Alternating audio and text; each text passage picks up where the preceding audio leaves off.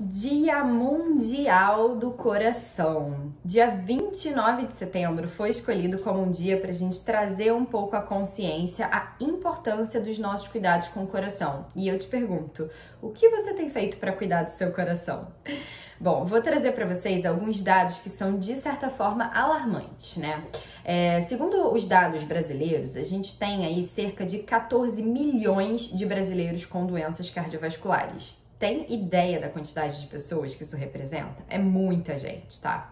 E cerca de 30% das mortes são causadas por doenças cardiovasculares. É um valor bem impressionante.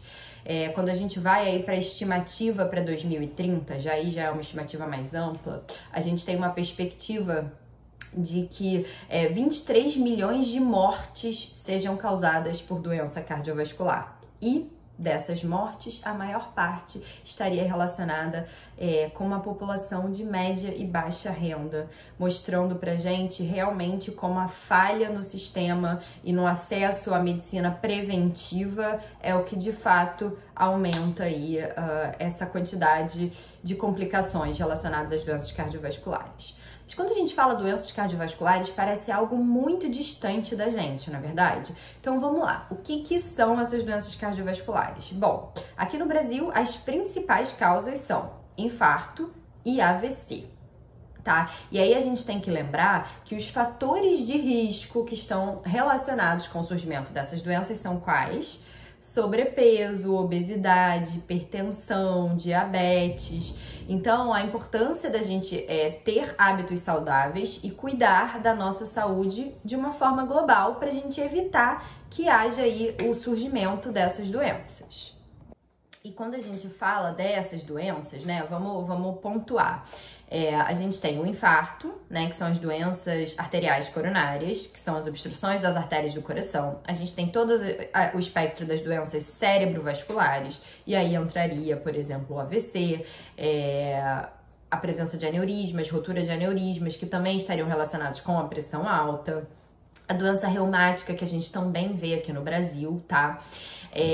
A doença arterial periférica, que é muito frequente, principalmente nos pacientes diabéticos. E, além disso, a gente tem as complicações das embolias pulmonares causadas por trombose. Isso a gente viu muito nessa era aí pós-Covid.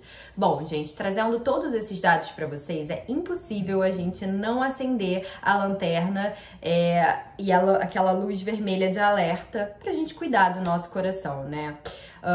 E como a gente faz isso? São medidas simples, né? A gente sabe que a doença cardiovascular, ela se desenvolve na vida adulta, mas ela começa lá na infância. A aterosclerose começa lá na infância.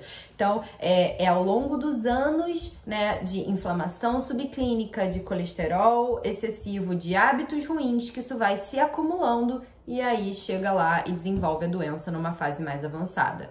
Então, se a gente olhar essa trajetória, o que a gente pode fazer? Intervenção precoce, check-up, modificação dos hábitos. Então, adoção de uma alimentação equilibrada, controle do colesterol, evitar o tabagismo, evitar o sedentarismo. A atividade física é extremamente importante para a saúde do coração.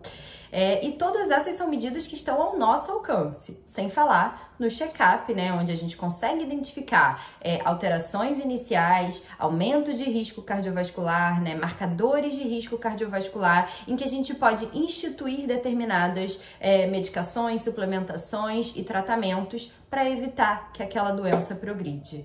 Então, cuide do seu coração.